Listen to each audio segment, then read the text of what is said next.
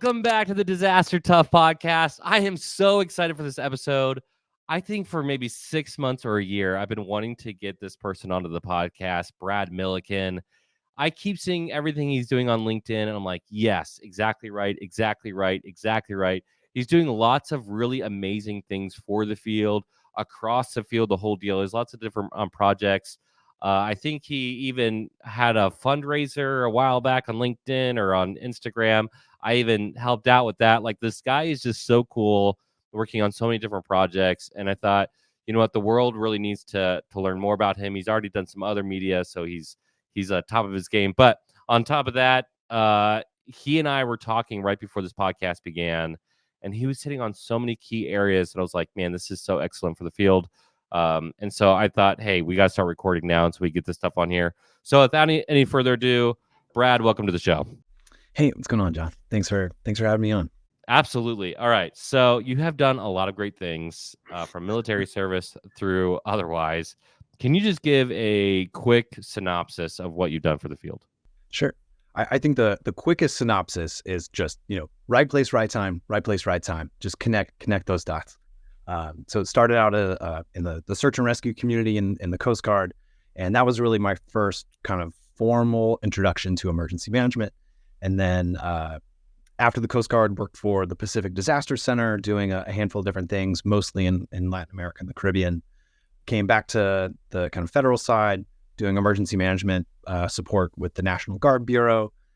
Did about a year at the White House as the primary planning section chief there, which was a crazy place to work, kind of alongside Secret Service.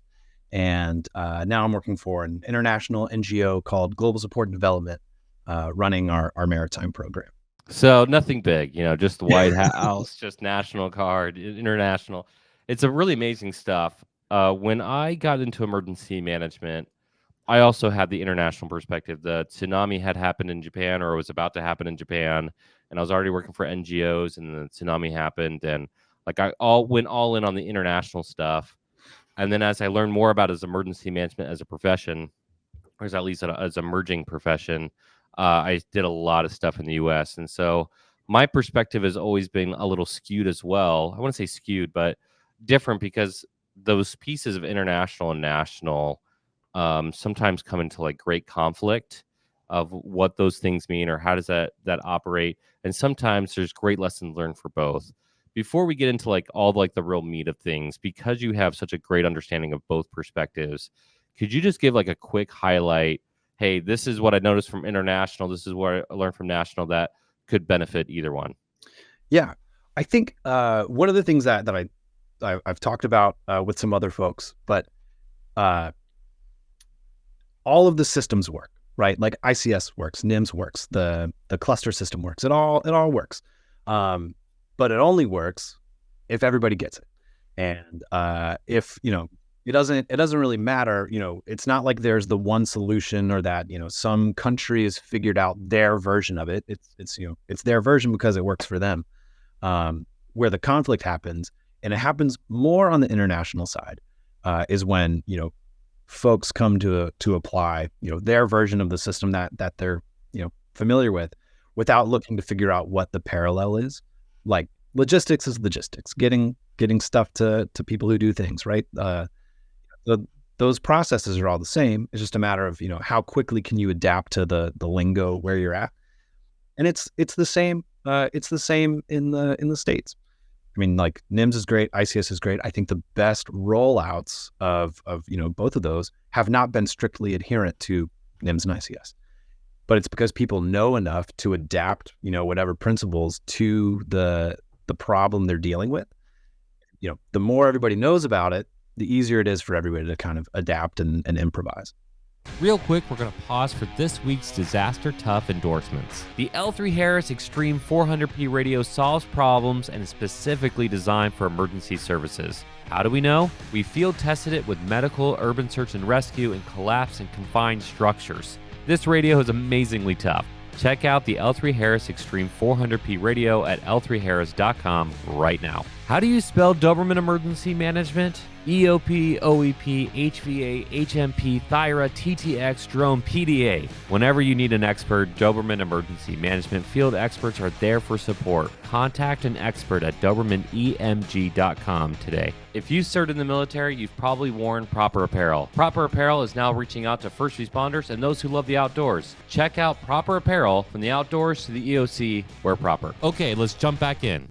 Yeah, I love that. I think the difference between really like an expert in systems and an amateur in systems is when an expert comes to the table, they know which rules they can and cannot break and which ones they are flexible. Yeah. And the amateur assumes that they know all of it. And so they just start doing it on their own without really any kind of like gap analysis. Like, oh, we're breaking rules. Yeah. Oh, cool. Yeah. We're innovative. You're like, oh, wait, are you innovative? Steve Johnson, he's the head of counter Seaburn for the British Army. He was on the podcast talking about being an expert, and he dove into that a little bit of like, hey, like every like 4 or 5 years, 7 years, like people come up with these innovative ideas, and it was just the idea 7 years ago, and I saw that real time on the FEMA IMAT team. They kept on changing the name. Like I was on IMAT West before, it was blue, then it was West, now it's red. And like they keep on like changing, like trying to rebrand, and rebranding is very important. There's a good argument for that. But what was really fascinating to me is like some of the newer people on the team, they're like, hey, now we're on like a 2-hour standby of like, once we get a call, we're supposed to be out the door in 2 hours. You're like, we were doing that. We were doing that 8 years ago. What happened to that? So I just think like, we have a very short-term memory. And it's also in the military services. Like I've been working with NATO a little bit on helping out foreign humanitarian assistance, FHAs. And a lot of lessons learned from World War II have kind of been forgotten despite a lot of urban warfare. And it's like, why is that happening? And I don't know if you've seen that in your world as well, but I've been trying to figure out like, why don't for all the after action reports, why don't we have a great memory? Yeah, exactly. I think there's the Homeland Security Digital Library, which is a great resource, but it isn't. There are other places like it, but there are folders, real and digital, where AARs go to die, and after they're written, they're filed away, and that's it. And if you're not in the process of pulling out the AARs. And I think there's something to be said for, there's this, I don't even want to call it a debate, but there's this debate about, academic versus, academic experience, operational experience. If that operational experience isn't reaching back to say, here's the last thing that happened that was kind of similar, what lessons did we learn then? Where is that file kept? Let me read that AAR. If that's not, step one for dealing with a new dynamic problem, I don't want to hear about your, all your operational experience if it's not helping us do anything any better. Yeah, that's man, there's so many different areas I just want to like keep going on rabbit holes. For everybody else's situational awareness, what we talked about before the podcast is not what we just talked about for the last 5 minutes. And it just shows like your breadth of knowledge and just like want to explore some of your thoughts on that. But you're bringing up like the operational experience, 100%. We have two sides of the same coin. We have people who've been doing the job for a long time that not necessarily have the analytical background or the formal education background problem, where they think they know everything because the blinders are on and they have their own experience. At the same time, there has been emerging, and it feels like it's a fairly new thing. I know it's been out for a while, but the last 2 or 3 years, there's a lot of people who've been calling themselves like an emergency manager and like touting that they're quote unquote an expert. I said expert word again. And yet they've never actually been in a disaster. And for me, like before I responded to disasters, there was a little part of me that felt like a fraud. Like I wanted to get out there. I wanted to experience that. And then I got a whole bunch of it. And I realized that there was, you need to have the mold of the two. Do you feel like that's happening in our field, or do you think like maybe I'm a little off there? No, I think you nailed it. I think there is and I do want to give some time to the bit about like some of the imposter syndrome stuff where like you're only as relevant as the most recent problem that you've solved. And I think that's real. Because I think if if you've been in emergency management in 10 years and you don't have something recent to kind of hang your hat on, what are you doing? The world is crumbling around us, right? Like that's what's going on. I think, balance between academic and operational experience, balance above all else. I think you can have a PhD in sociology and social disruption, but if you're not applying that knowledge, like, okay, great, doc. Yeah. But then if you've been in the field for however many, decades, but you don't really know how to, you just know how to tread water, then why are we expecting that you're going to help us move anywhere? I think, foundationally, I think emergency management is about helping the people that help people. And I think we do that through trying to answer two foundational questions. And I think that's, why do bad things happen? And what are we going to do about it? If you're not actively trying to, develop a right now understanding of one of those two questions, we are not advancing the field. We are not keeping pace with how quickly everything around us is changing.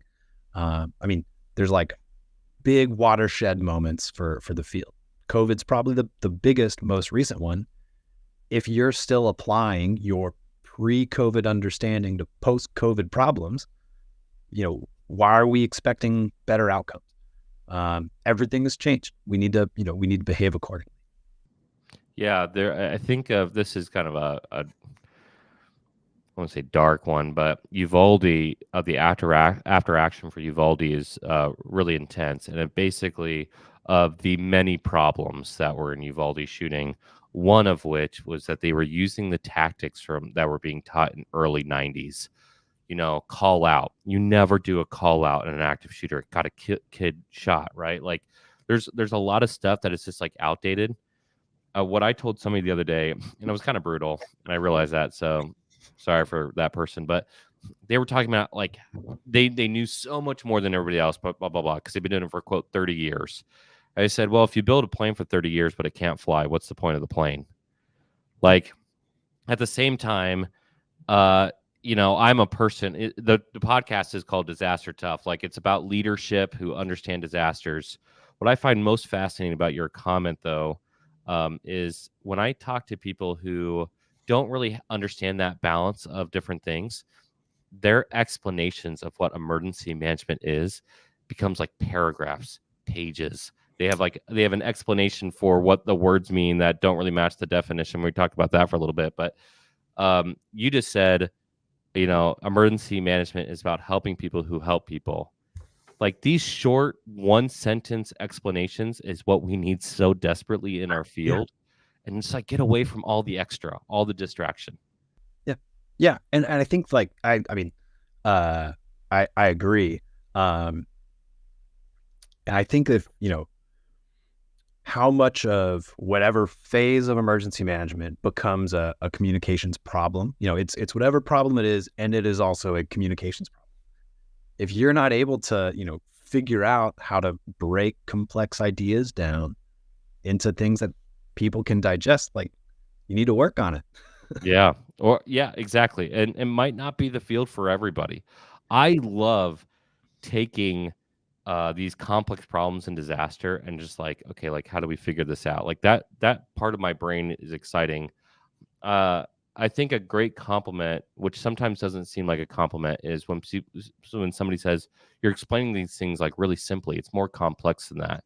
Like, if you can explain complex problems simply, just kind of like what you're saying, like, you're in. Like, Albert Einstein was famous for doing that. The guy knew everything under the sun, quite literally, and yet, could talk to any crowd. That's a great trait to have.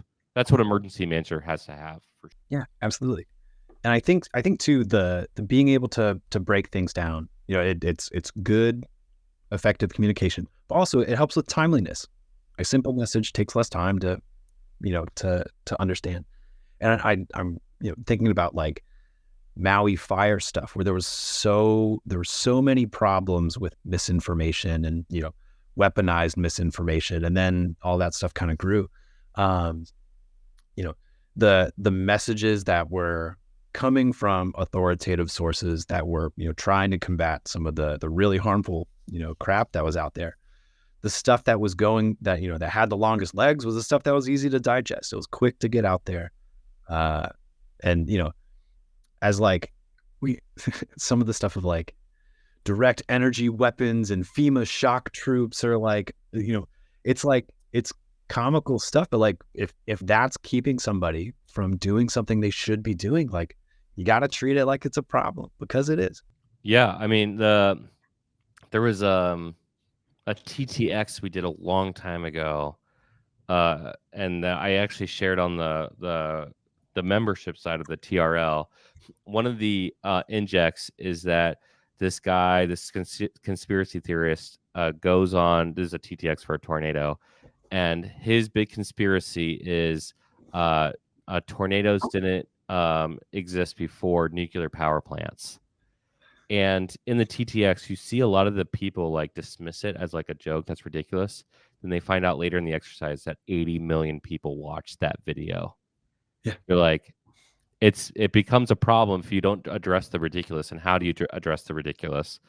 So I guess like my big question for you then, because we're talking about a lot of different touch points here, and kind of rapid fire, and it's kind of fun, but like in terms of solutions, in terms of like your real world, what you've had to deal with, you mentioned Hawaii, digestible information. What are like the top like things that you recognize in our field right now that we need to address? Like before we started recording, you mentioned innovation. Could you just hit on some of these points for us? Yeah, I think it's a phrase that attributed to a guy named Mike Amatas, who I worked with at the White House. But accept the premise. If something comes across your desk, people think that FEMA shock troops are burning houses down.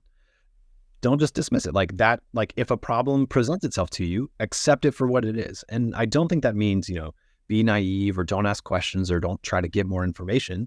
But if you say like, I'm gonna treat this thing that's happened as it's presented itself, and I'm gonna move forward making, I'm gonna make decisions based on my current understanding of the problem. And that's going to develop, but like you say, like you acknowledge a problem for what it is and you start making decisions. I think there's kind of the seesaw of, you want as much information as possible before you make a decision, but also sometimes like you don't have time. So a phrase that we used in the search and rescue world was, sometimes you have to make decisions with 100% consequence based on 50% information. Sometimes you hear Mayday on the radio and like, that's all you're going to get. You're not going to get all the information you'd like, but you still have to go anyway. So I think, accepting the premise and then moving forward with a current understanding is a big one. With the innovation thing, and to our comments kind of before, innovation is a buzzword, and emergency management, in my opinion, has a buzzword problem. Things that are innovative are not inherently useful. Things that are innovative can absolutely be useful. We live in a dynamic world and we need new dynamic solutions. That doesn't necessarily mean we should be a field of solutions looking for problems. We have enough problems. And our understanding of the problem, why do bad things happen? What are we going to do about it? If we're not trying to innovate with checking those two boxes, we are probably not doing something that is useful. We talked about drones, and don't be the person that shows up with terabytes of raw data that nobody's asked for, without the application of here's the problem that I'm trying to solve for you. Because then you're just wasting everybody's time. And time is like, time in a disaster means everything. Once you get behind the 8 ball, you never get in front of it. Like, it's such a beast to think about the time component.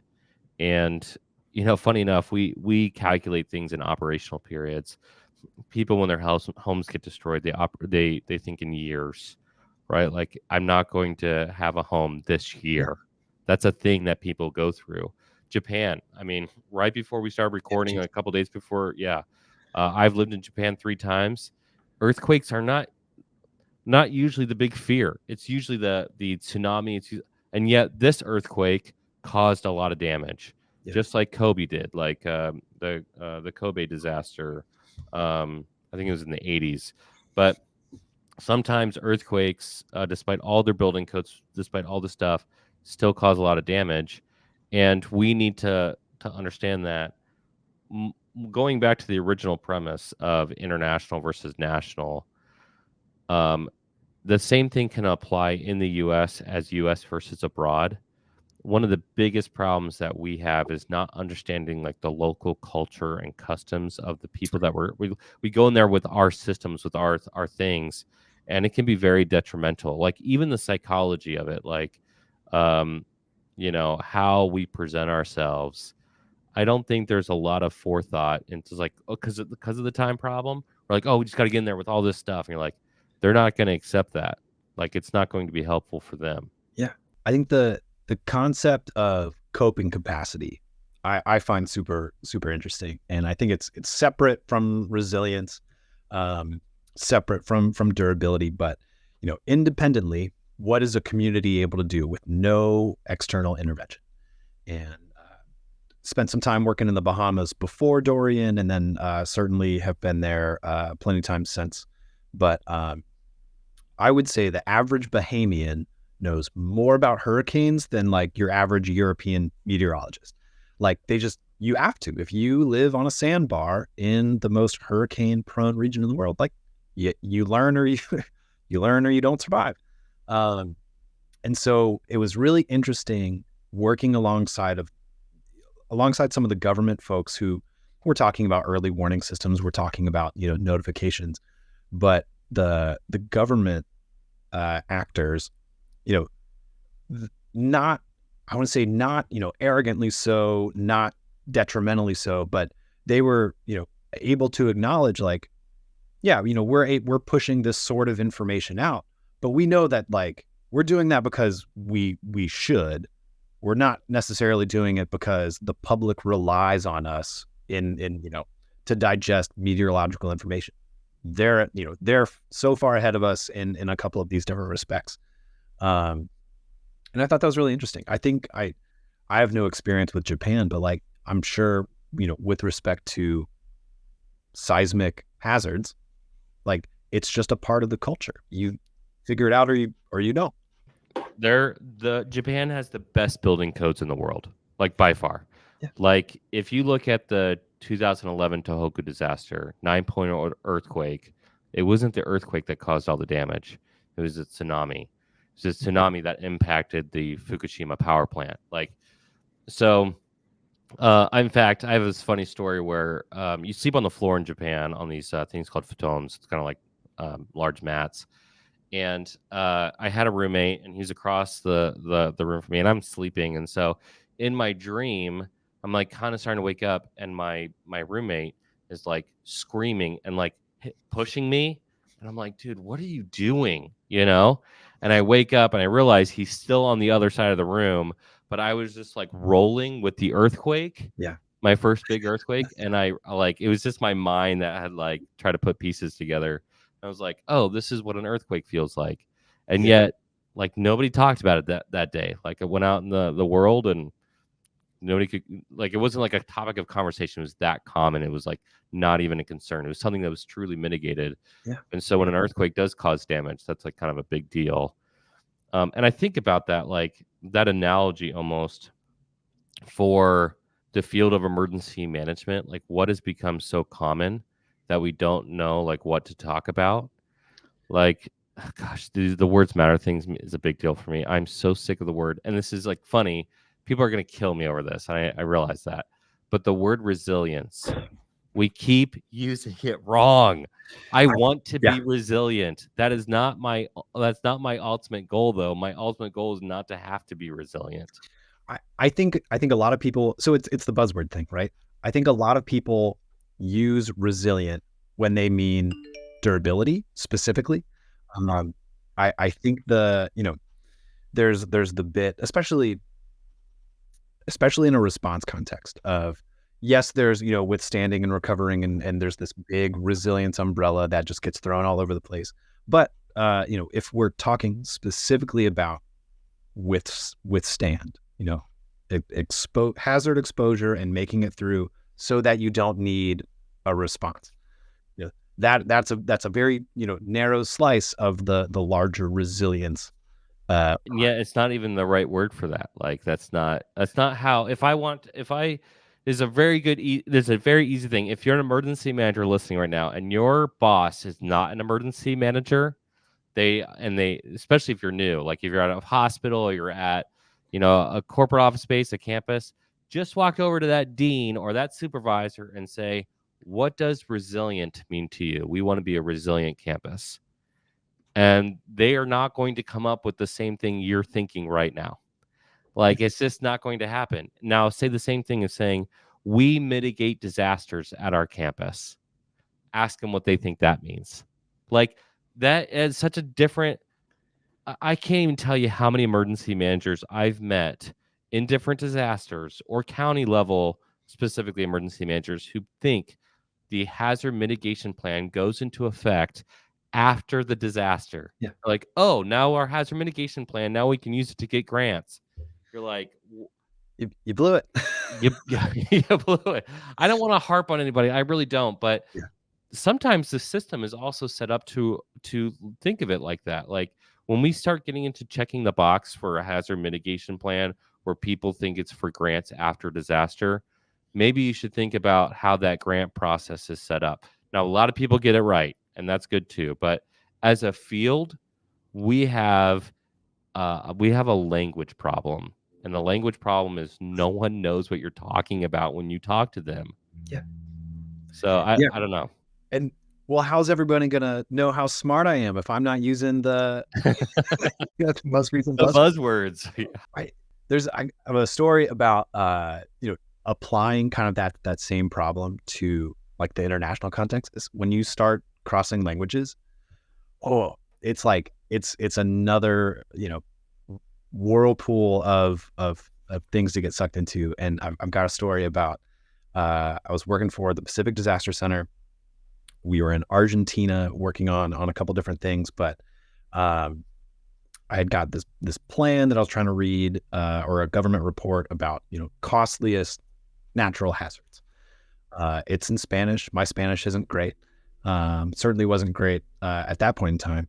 So I downloaded the trusty Google Auto Translate toolbar and let it go to work. And the Spanish word for locust is langosta.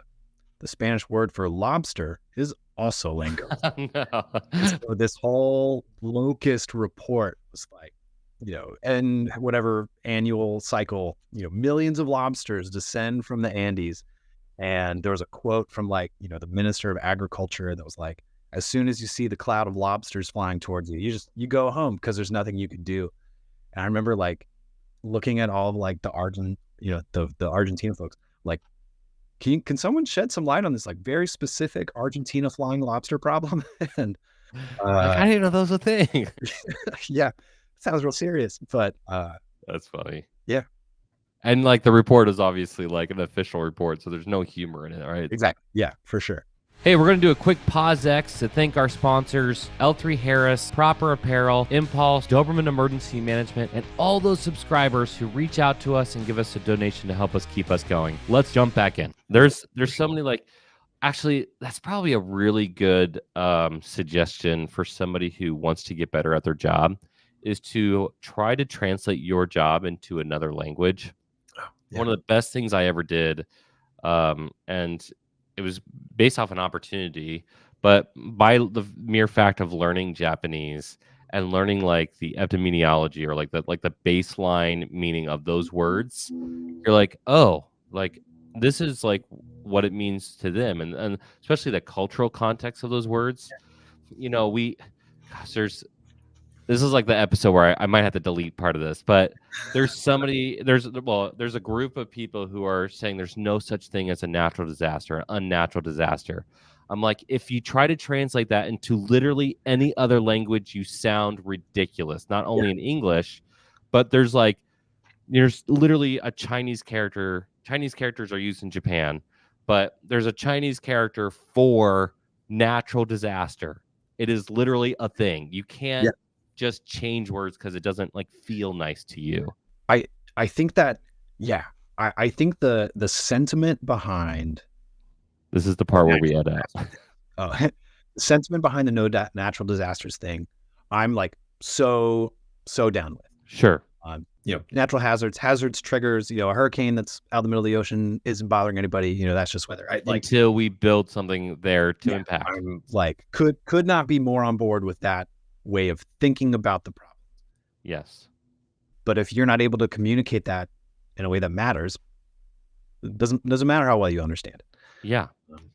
Hurricanes and wildfires are beneficial and helpful until they impact people. Yeah. Tornadoes are beautiful until they hit anything, literally anything. So earthquakes happen every day, avalanches. Yeah. Yeah, 100%. Understand the sentiment of it. How do you and I solve the world's problem right now of sentiment? Like, this is what I'm trying to articulate, and actually doing something that gets people on board. Because you're not ever going to get people on board by saying, stop saying natural disaster. I'm not going to stop saying natural disaster. It's a thing.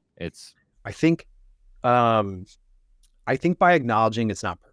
I think like with the language to language bit, saying like, this isn't perfect. I'm aware that this is not going to translate perfectly into, your vocabulary. But I also think having, control and experience with just terminology, if you can say the same thing in a different way, say it in a different way. I'm trying to think of like, so coastal North Carolina, coastal Virginia, Tangier Island, the Outer Banks. These are places that are dealing with climate change. These are communities that are uniquely threatened by the changing climate. You try to talk to some of those folks about climate change, you have immediately turned them off from anything they might find useful. But if you can talk about king tide or erosion, or like you can talk about all of the same things, omitting this, what's become this politically charged word, you've got, right?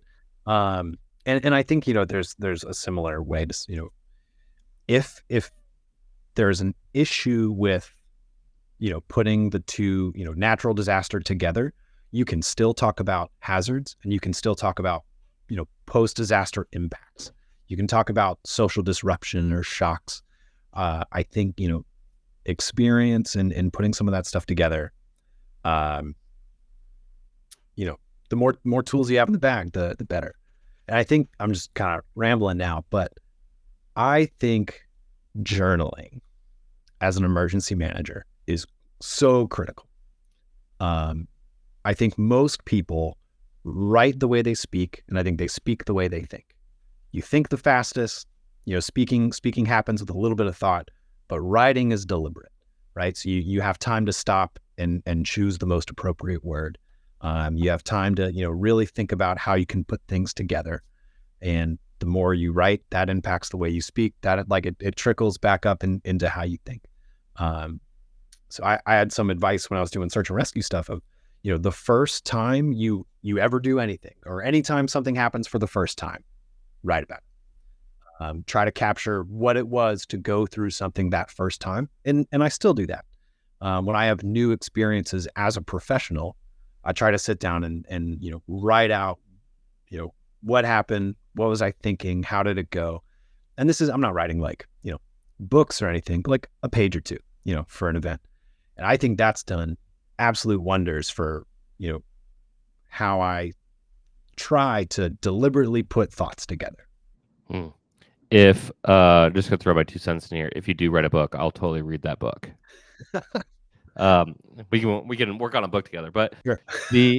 So basically it took us 33 minutes to get to this, but we essentially have already discovered multiple different areas for somebody to like really kick off the new year. I'm a person who, funny enough, there's like all these different trends, like New Year's resolutions is not a trend. I think it's a great idea. Anytime you can look at your life and look as an easy time to say, I need to set some goals. Setting goals is a fantastic idea. Yeah. Accomplishing those goals is even better, working towards them at least. So we have identified a communications issue and an innovation issue. Like like thinking about the outcomes, like is it beneficial? And one way to do that is to look at like the words you're using and like the language you're speaking. I suggest learn a new language. You're talking about journaling. What are some other things that maybe can be on the individual level that can make a huge impact in somebody's career? Oh man.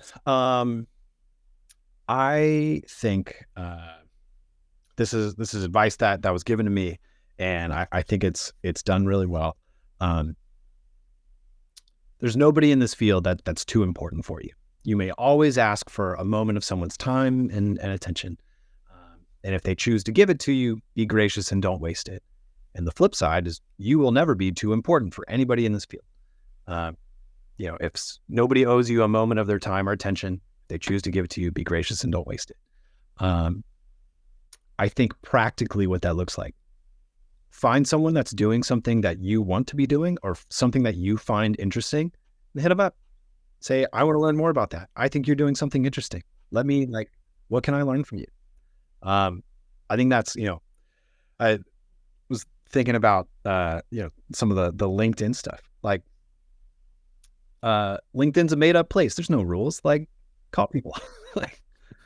You're like, oh my gosh, I don't want to be awkward, but you know what? Being awkward got people like you on this podcast. Yeah. Just hey, like cool people that, you start to see some of their comments on LinkedIn or other places. And you're like, I think they have a story to share. Like, I think they have a perspective that I want to hear about.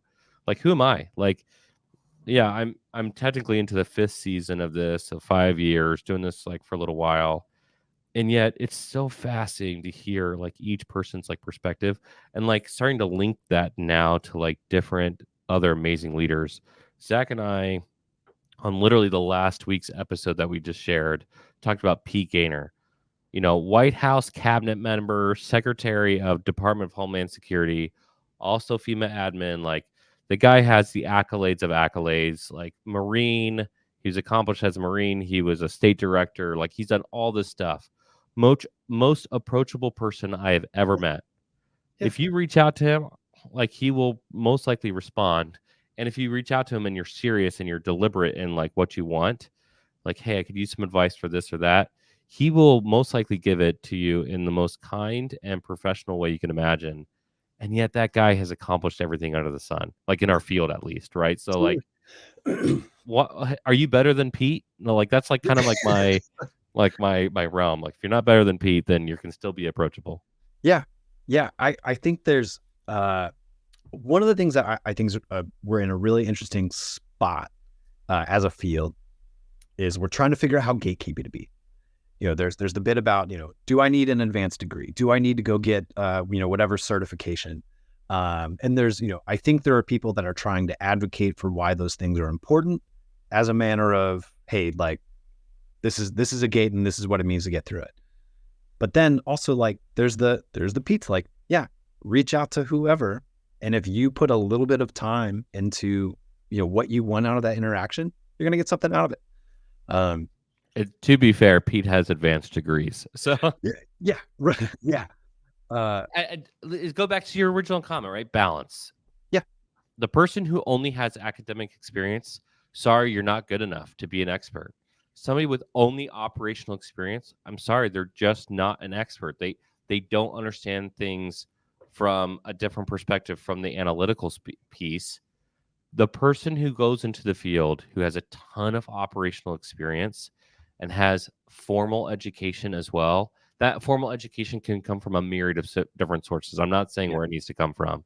But if you're a person who ultimately is teachable and you're a person who is ultimately somebody who wants to get in the field, you're going to blow everybody out of the water. Like, you will be the tip of the spear because, ultimately you want that balance of, double-sided spear, sword, whatever. Yeah. I think if I can kind of riff on that for a second, I think, at least in my opinion, emergency management is not a field that really rewards box checkers.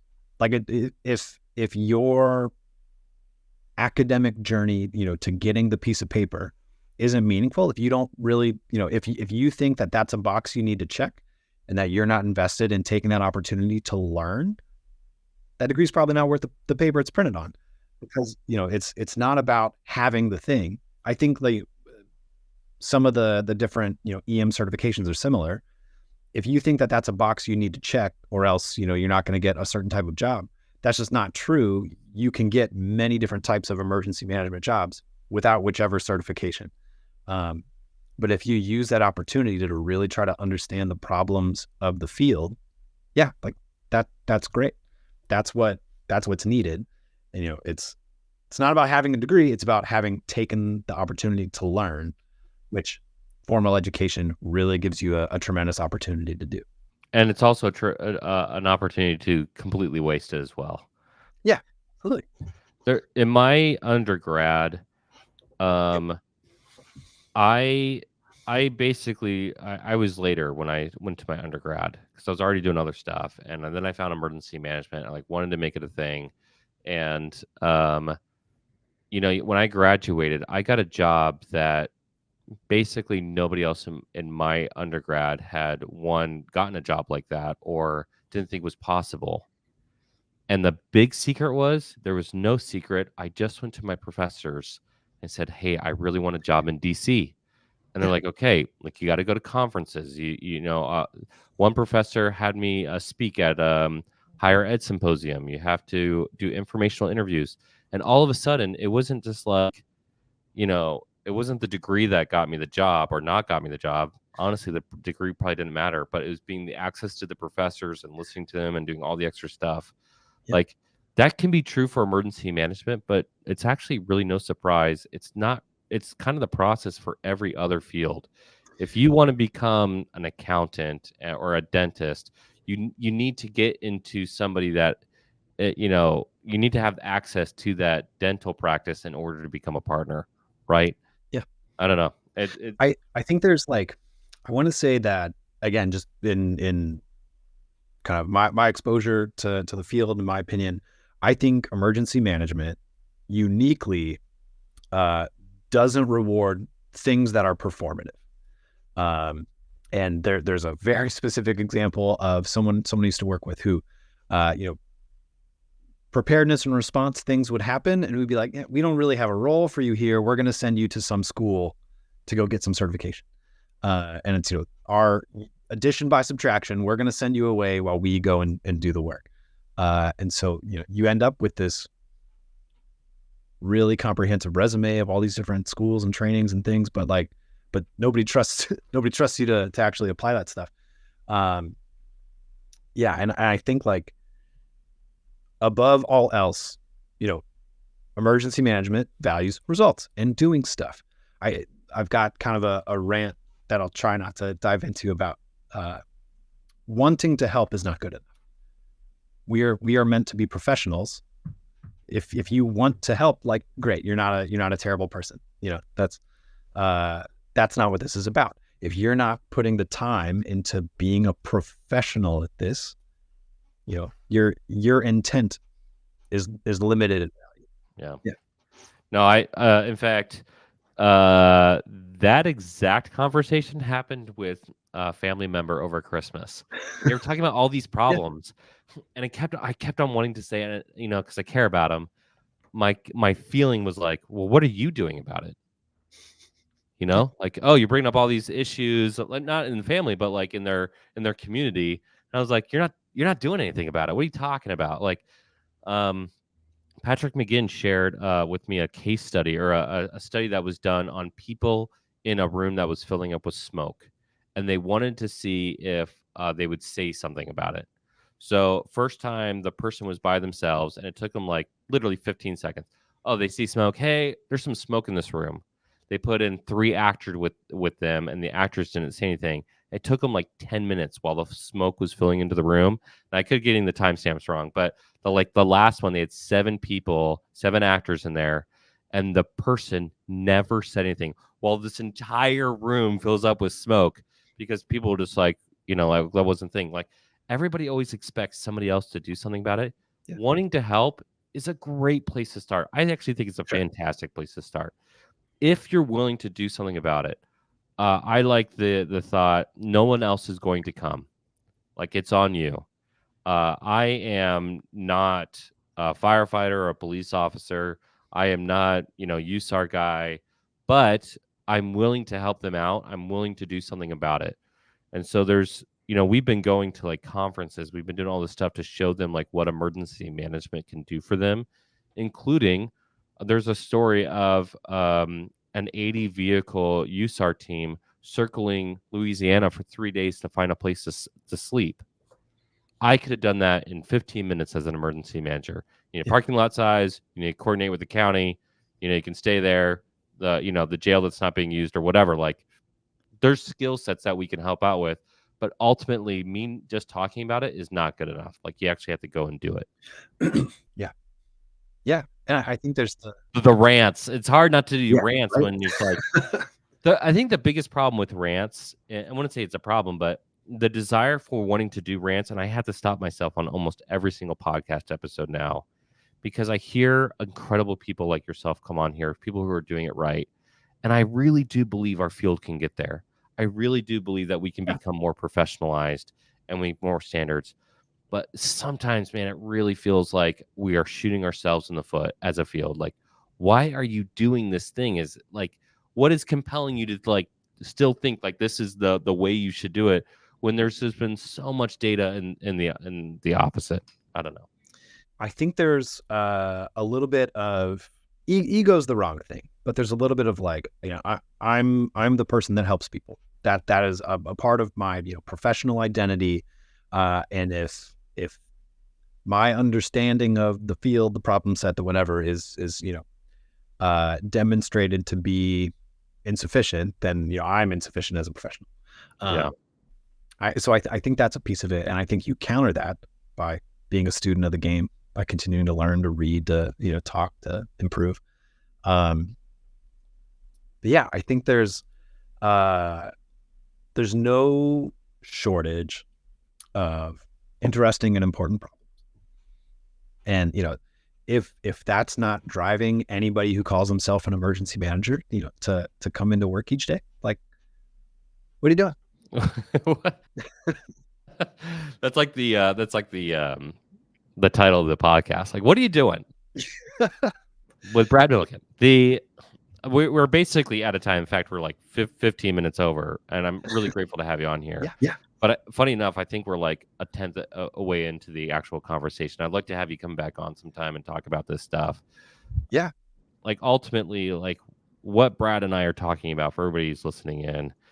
And it's not just the rants. Like, it's not just like, hey, it's not like problems and solutions. It's more than that. Brad has been doing so much in his career. He's a guy who has a ton of operational experience. Obviously, you can hear it naturally, Brad, as you're talking. You also have a lot of education. You're also trying to innovate things. And at the same time, you're talking about where innovation comes in and where it should not come in, and thinking about the end result. We are a results-oriented field. Brad just called it right out. I agree 100%. You need to show results. You need to show results within your own organization, in your community, and really with your stakeholders. And as you do that, you will become more influential. So like for all like the personal tips that we're giving this episode or otherwise, like ultimately find a corner in this field that matters to you and start attacking that in a positive way. And lo and behold, your life will probably become a little bit easier. You'll get some headwind because you're actually helping. And there's, you're helping the helpers. I love that as we started. Brad, as you're talking to the audience here at the very end, you've already given so many like great pieces of advice. What's the big things for 2024 that an emergency manager should focus on in your perspective? In terms of like practical things, if you're not already journaling, if you're not already finding something to write about, find a reason to write about, find something to write about. Write about yourself, what you're thinking, how it feels. There is, immediate professional benefits to that. I think maybe like a little more, big picture. Don't underestimate your ability to have a positive impact. There are plenty of folks in this field who are not the emergency manager or are not the boss or, the head honcho or whatever. that's irrelevant. If you consider yourself a part of the emergency management field, someone in some way is relying on you. So you owe it to them to nail it. And that means something different to everybody, but don't lose sight of that you have an opportunity to do something good. One of my favorite things that people can write on is the comments of this podcast episode. Is that a good? Nailed it. Yeah, nailed it. Sweet. We're relying on you to make us look good on social media. Seriously, Brad, thank you so much for coming on and for talking with me. I really wanted you to come back in the spring because we hit on so many different areas that I want to kind of pinpoint some of those and dive into them with you. And really for taking the time to come on here. So thanks, man. And I mean, for you, for Zach, for the rest of the team, thanks so much for everything that you guys do. We talked a little bit about the identity of the emergency manager. What you guys are doing is huge. So thanks to you for having me on, but also for having this platform. Of course, ultimately we want people to be successful, and I've talked about in different episodes, but different disasters, I saw areas where we could have done more and faster to save and sustain life. And that means being there beforehand, during, and after. And I think emergency managers could be more impactful in all those different areas. And honestly, I was one of those arrogant guys 4 years ago. I thought I knew a lot, 2 degrees, did a lot of different disasters. And you fast forward, and I've had hundreds of interviews with people like you and different people on the podcast. And I realized that there's so much more to gain from. And people like you are making the field better. And so having you come on the podcast is ultimately a huge win for myself and for everybody else. So thanks, man. With that being said, if you got something out of this podcast episode, you got to do the thing, right? Like and subscribe, comment.